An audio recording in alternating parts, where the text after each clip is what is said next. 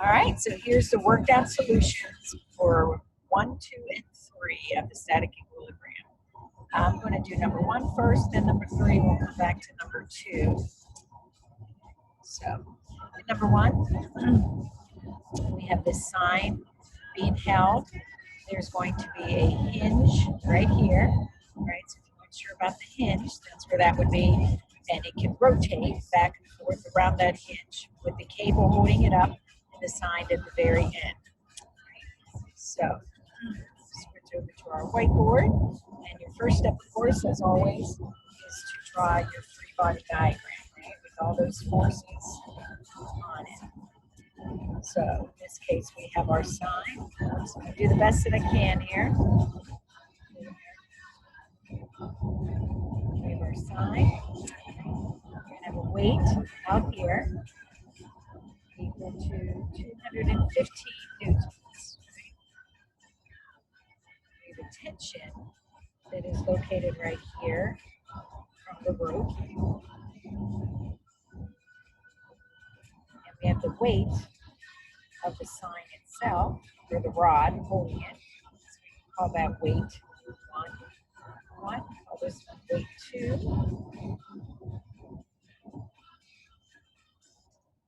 And then you have the hinges here, right? So we're going to have we can call that force of the hinge vertical. So we'll call it in the vertical. And then force of the hinge. So knowing that the rope is pulling back in this direction, you're going to have a Y component to the tension. So we can assume that the hinge is also going to have a force on it in this direction. We're going to call that the horizontal force from the hinge. All right, so if we take a look at all of that, there's your free body diagram. We know this angle in here to be 41 degrees, right? So right away, we have this tension that's at an angle. So one thing we have to do there is think of that as two components of forces. So we can look at that as an X and Y component if we want, and we can redraw our free body diagram like that, or we can look at the torque around the pivot point right here and not worry about the force vertical and the force horizontal. Okay. But technically, our tension has an X and Y component. So I'm actually going to redraw another picture similar that shows that we have a W2, a W1,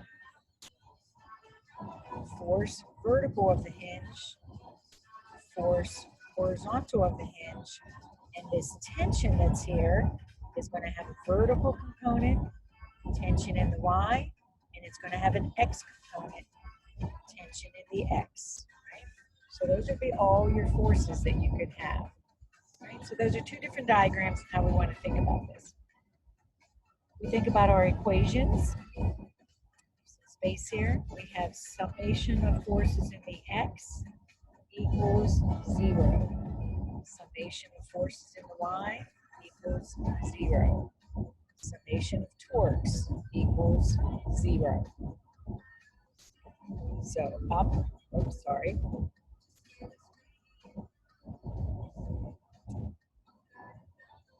To the right, positive. To the left, negative. Up, positive. Down, negative. Clockwise, positive. Counterclockwise, negative. So over here, if I look at my forces, so the reason I redrew that picture is I need this picture for my forces, but I'm going to use this picture for my torques. So in my forces, we have all of our forces in the X. We have the force of the hinge horizontal minus Tx equals 0. In the Y direction, we have Ty plus force vertical minus weight 1 minus weight 2 equal to 0. Torques. If I look at that picture, I'm going to redraw that here. If I take this part as my hinge, right, this tension is going to cause a a counterclockwise, whereas the two weights are going to cause a clockwise rotation. So we're going to have the torque due to weight 1 plus torque due to weight 2 minus torque due to the tension equal to 0. Since the pivot point is here, these two forces do not cause any torque at all. So there's our starting equation. If I go back to my torques, right, this would be weight 1 R1 plus weight 2 R2 minus tension R tension equal to 0. Okay, so again, free body diagrams, make the equations fit your picture, and then let's think about what do we know and what do we want to know. So what I'm looking for here is the tension. If I can find the tension, then I can easily use these equations to find my force vertical and force horizontal. So if I go back over here and I take a look at our pictures, okay, what do I know? So if I go back to our pictures, the information that I was given is that weight 1 equals 135 newtons. Weight 2 equals 215 newtons. We don't know tension. We know that angle to be theta. If I take a look at my R values, my R2 is equal to 1.7 meters. My R1 is going to be based on the length of the rod. Okay, so it's going to be based on the length of the rod. Going back to our picture, notice in the picture it doesn't really give a length of the rod, so we're going to make the assumption that this sign is hanging at the very end, which is 1.7 meters. So the weight of the rod would be halfway in between there. Okay. Let's go back to our pictures.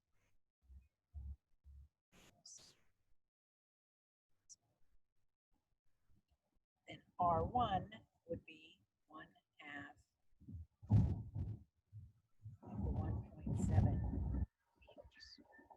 So that's going to be 0.85 meters. So that's our R1, R2. What is our tension? Right, so let's go back to this picture. Here is the line of force of our tension. Okay, coming along this way.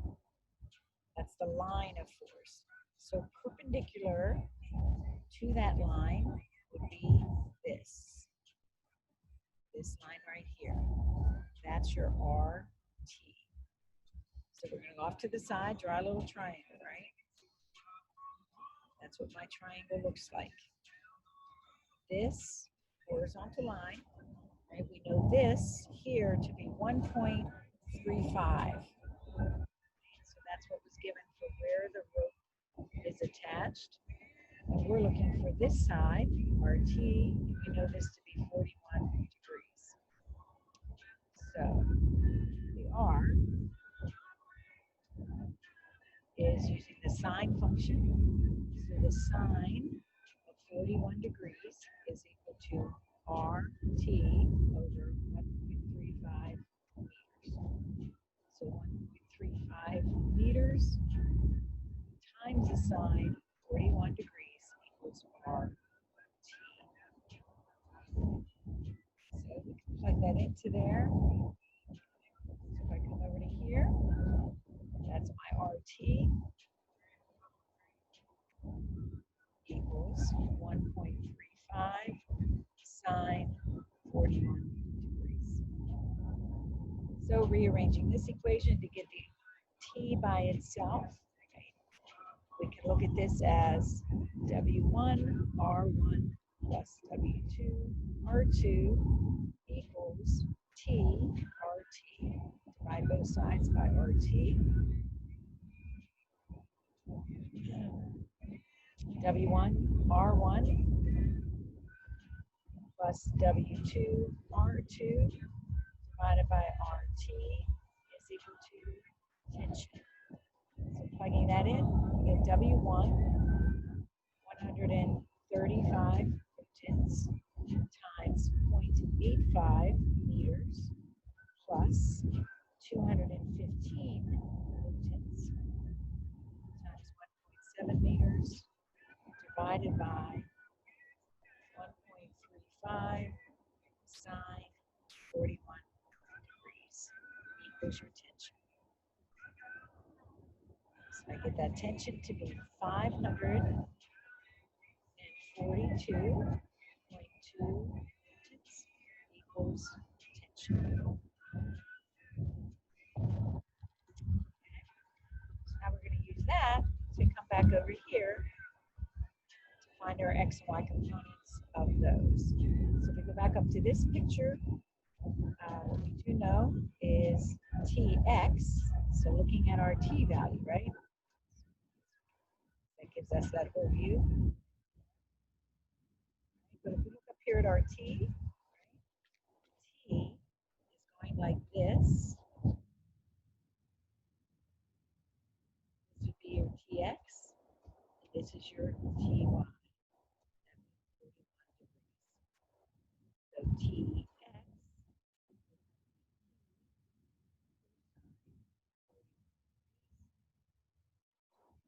Ty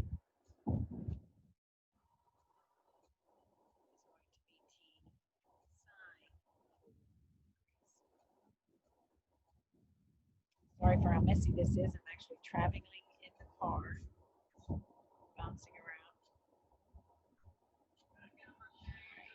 So force horizontal is equal to Tx. So your horizontal force on the hinge is equal to T cosine 41 degrees. So that's going to be 542.2 newtons cosine 41 degrees. So your horizontal force, plugging that in your calculators,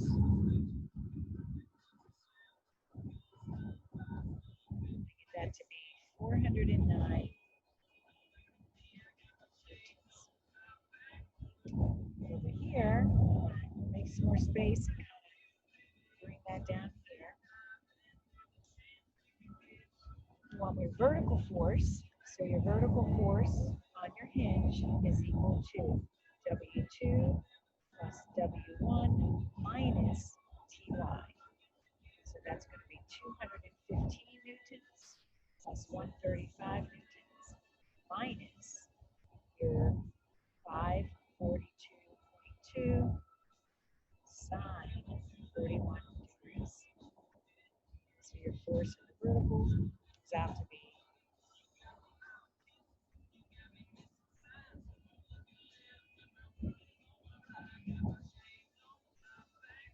negative 5.72 newtons. All right, so what does that negative mean? That means we made the assumption that the vertical force here would be up, right? But in reality, it needs to be down because this is pulling up with a greater force than what is these two pulling down. So you didn't do anything wrong, and it's all that that means is that we assumed the wrong direction for your vertical force on the hinge. So the hinge will actually be pulling it down. All right.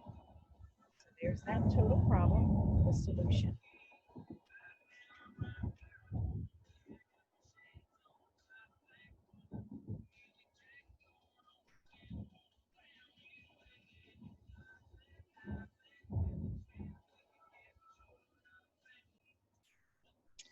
All right, cadets, let's go back to problem number 3.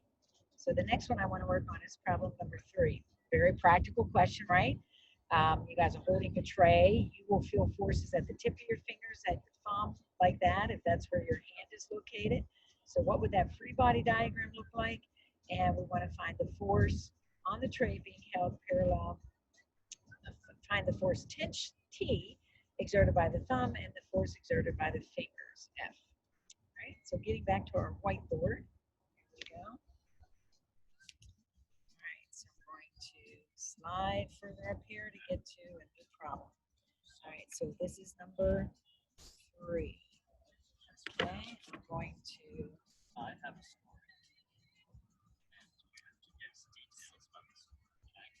All right, so if we were to draw the free body diagram, right? So here we go. We're going to have the force of the thumb is pointing down, right? That's our force of the thumb, down. Force of the fingers, up. So we're just going to write that as force F. You have the weight of the tray that's in the center, right? So we're going to call that weight tray. You have the weight of the plate that is right here, a little bit further away. And then we have the weight of the cup. So if we would draw these distances on here, so the weight of the cup itself is, let's see, this is 0.6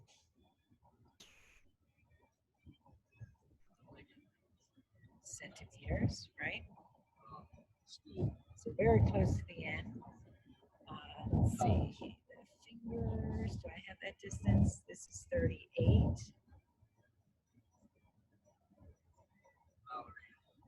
centimeters. The plate is 24, right?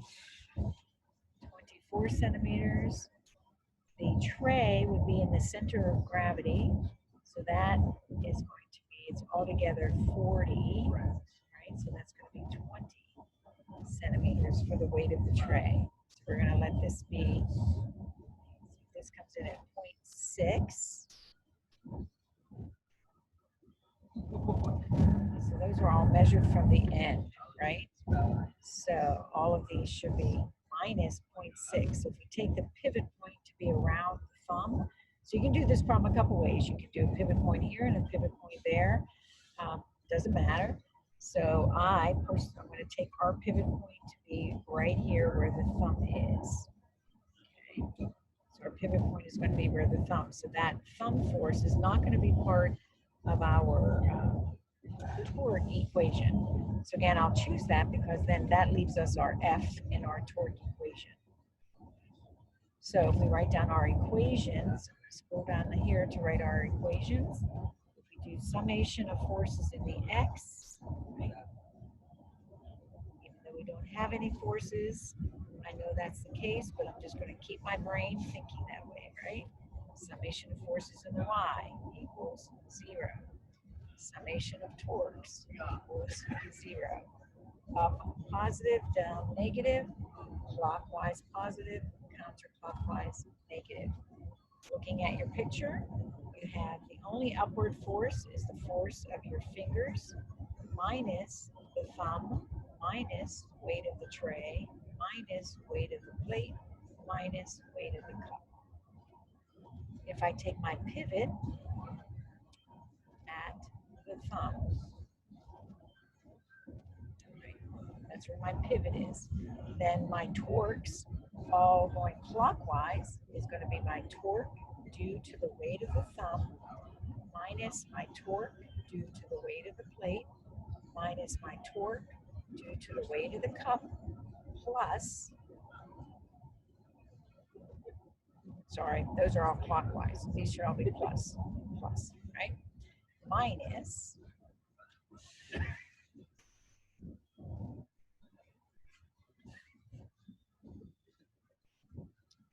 back over here, sorry. Minus the torque due to the force of the fingers. That all equals 0. So this is going to be WTRT plus W the plate, R of the plate, plus W of the cup, R of the cup, minus a force, R force of the fingers, equals 0. So once you get those equations, right, now we're going to go back up and list what do we know and what do we want to know. So what information are we given? Do we have all the weights of everything? So, okay. So what do we know? We know the weight of the tray, color here. So we know, what do we want?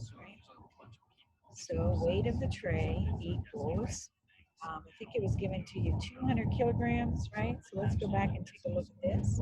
So everything is given in kilograms, right? So we want to find the weight, which means we're going to multiply by 9.8. So we're given the mass of the tray, the mass of the cup, the mass of the plate, and all your distances here on the picture. So getting back to here, what I really know, I'm going to erase that for now. Start back over with that.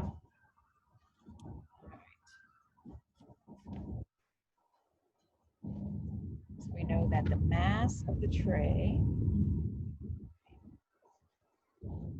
equals 200 grams or 0.2 kilograms. So the weight of the tray is 0.2 kilograms times 9.8 meters per second squared. So the weight of the tray is 1.96 newtons. We have the mass of the plate to be 1 kilogram, right? That's a lot of food on there. 1 kilogram, so the weight of the plate is 1 kilogram times 9.8 meters per second squared, which gives us 9.8 newtons. The mass of the cup is equal to 0.25 kilograms. So the weight of the cup is equal to 0.25 kilograms times 9.8 meters per second squared equals 2.45 newtons. Right? So now we have all the weights. So what's always tricky are the R values, right? So we need, what are the R values that we have for everything? So if we take a look at this, I would actually, let's see, I'm going to scroll over this way to take a look at all of our R values. So what do I need? I need the R of the tray. So the R of the tray, that's not the thumb, because remember the thumb was eliminated. So that's the R of the tray was 20 centimeters, but our pivot point is here 0.6, right? So it should be 20 minus 0.6, which is going to be 19.4 centimeters, or 0.194 meters.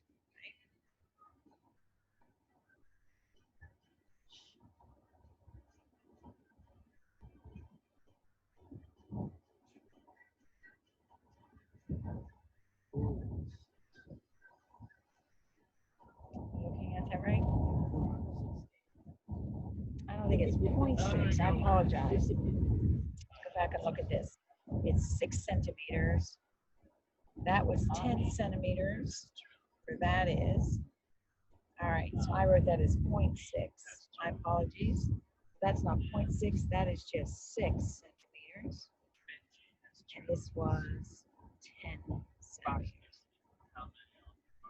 And that's 10. All right. So it should be 20 minus 6, not 0.6. So let's erase that.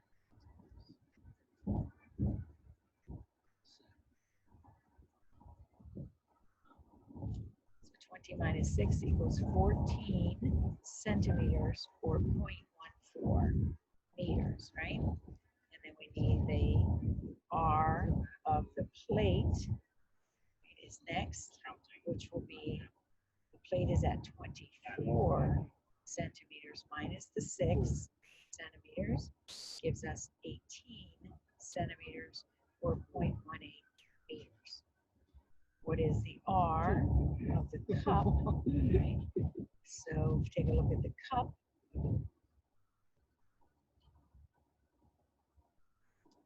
Is 38 centimeters minus 6 centimeters gives us 32 centimeters. So R of the cup is 0.32 meters. Okay. So those are all of our distances that we need in this equation. R of the fingers is going to be 10 centimeters minus 6 centimeters or 4 centimeters, 0.04 meters. those are all of our weights and our R values. Now we can use that into our equations, right? Let's go over here, and what we're looking for is the force of the fingers. So that's one thing we want to try to find. So once we find the force of the fingers, we can do that by that equation is going to come out to be WT RT plus WP RP minus WC RC, should be plus, sorry, equals force R force. So we divide both sides by the lever arm of the force, right? Plugging in all those values. So the weight of the tray is 1.96. So I'm going to leave out our units just for simplicity. It's already so long. 9.8 times 0.18 plus 2.45 times 0.32, all divided by 0.04 equals 70 point, whoops, sorry, that equals F, and then we'll say 70.56 newtons equals your F.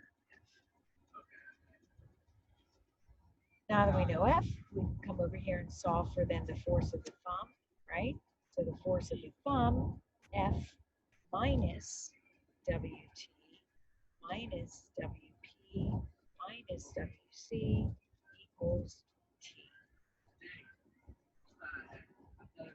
So plugging in all of our numbers for that, we get our F is 70.56 newtons minus 1.96 newtons minus 9.8 newtons minus 2.45, right? Equals T.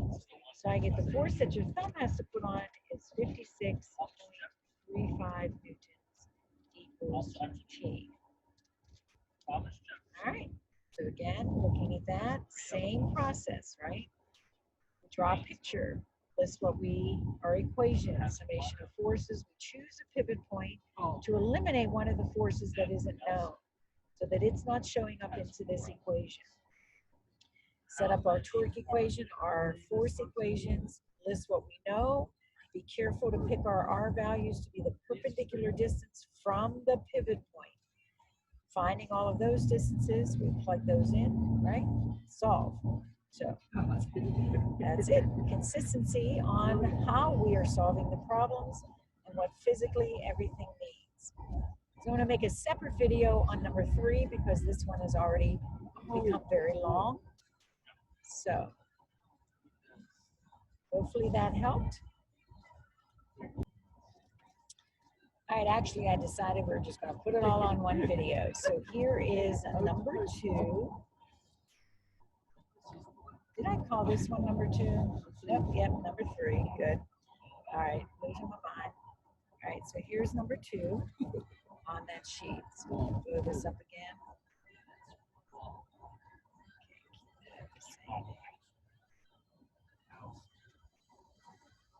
All right, so what does a free body diagram picture look like here on this one? All right, so I avoided it because it seems like we aren't given any information. So I know that would have put you guys, whoops, into some panic mode, like, oh my gosh, I don't know anything. So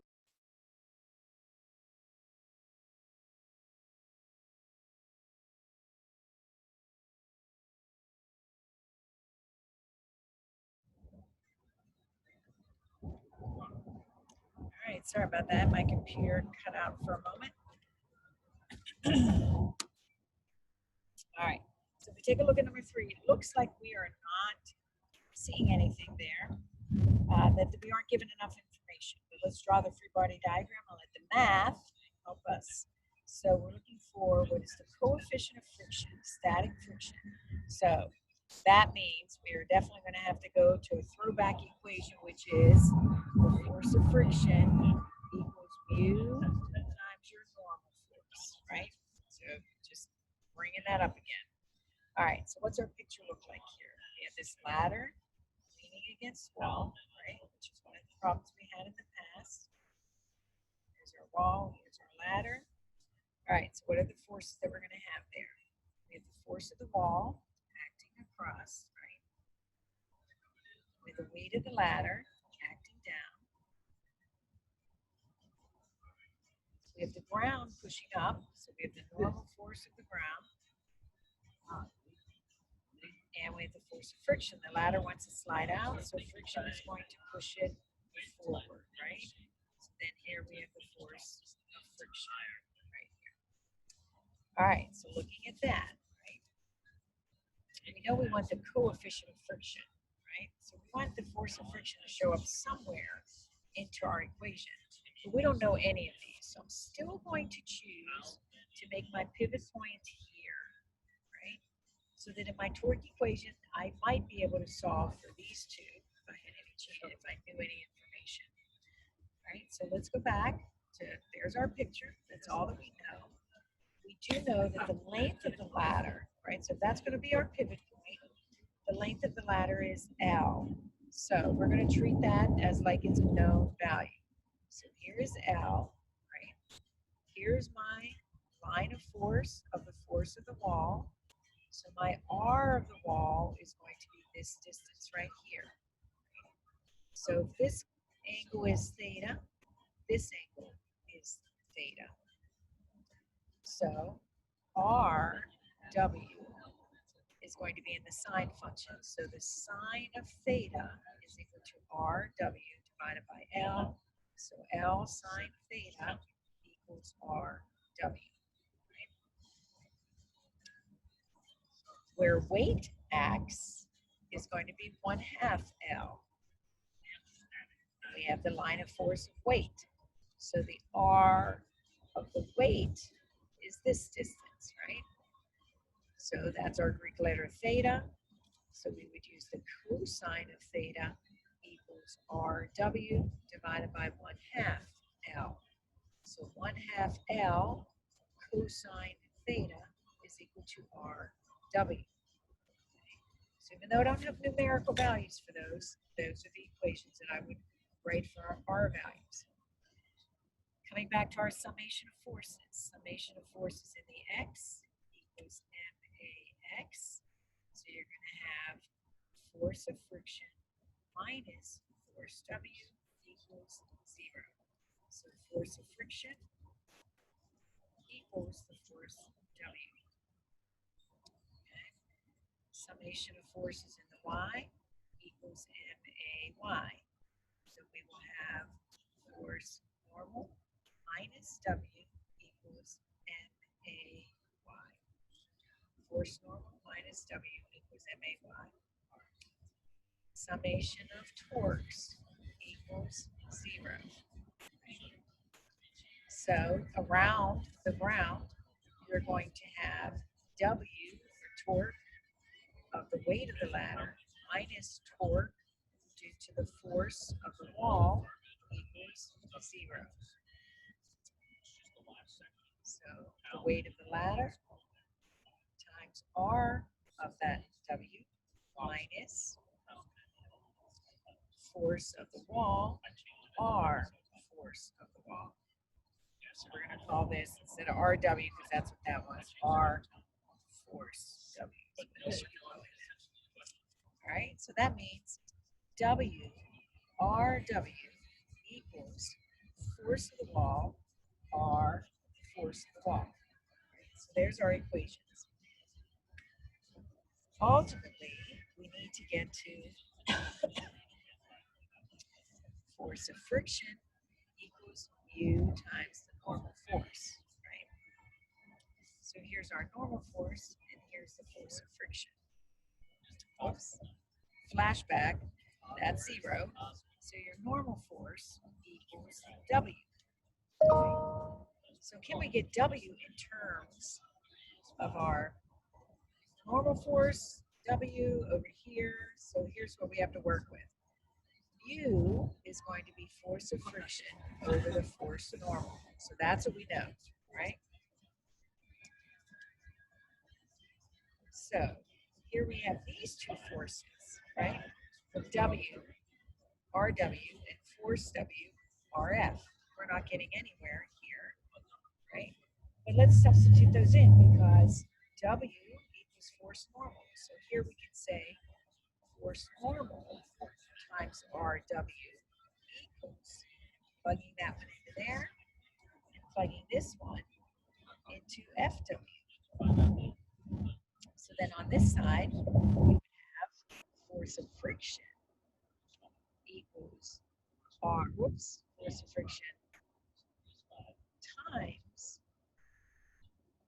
R force W. Those are going to be equal.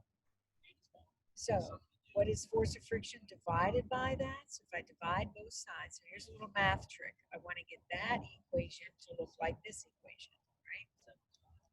So if I get force of friction over the normal force in terms of this, that gets it in terms of theta. So this is just a little tricky math. The actual setting up the equations is not too bad, but it's kind of a fun equation to see how you can solve for something without knowing anything, really, without having any numbers. So here we have, I want to get this to look like that. So I need, it's going to be R, oops, oh gosh, there we go.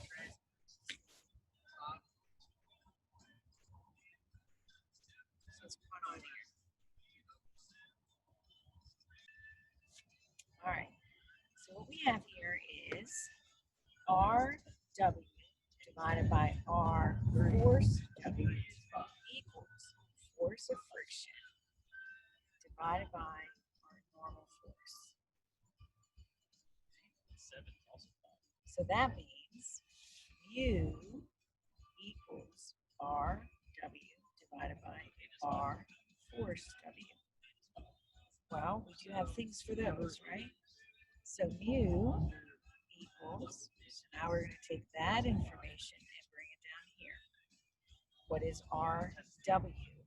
This should be on this side. Let me just clarify that this is FW.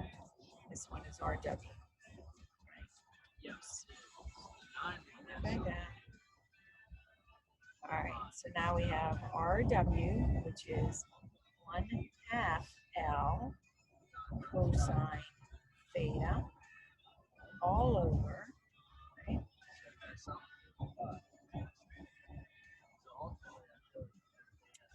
L sine theta. So the L's will cancel. And mu is equal to 0.5 cosine theta all over sine theta. Right? And there's your answer. So what's the minimum angle needed? Let's go back to the question. It says, if the coefficient between the ladder and the ground is mu, what is the minimum angle at which the ladder will not slip? Okay, so what we're trying to solve for is theta in terms of mu. And there we go. So if we reverse that, right, the sine of theta over the cosine of theta is tangent, right?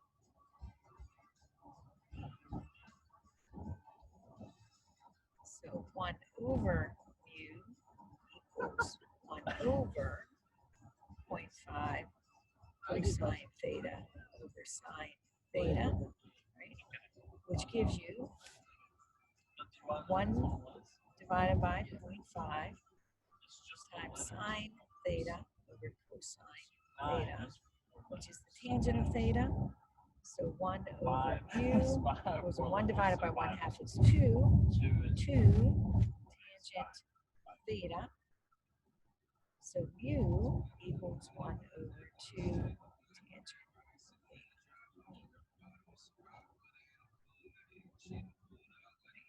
Or you can say 2 mu.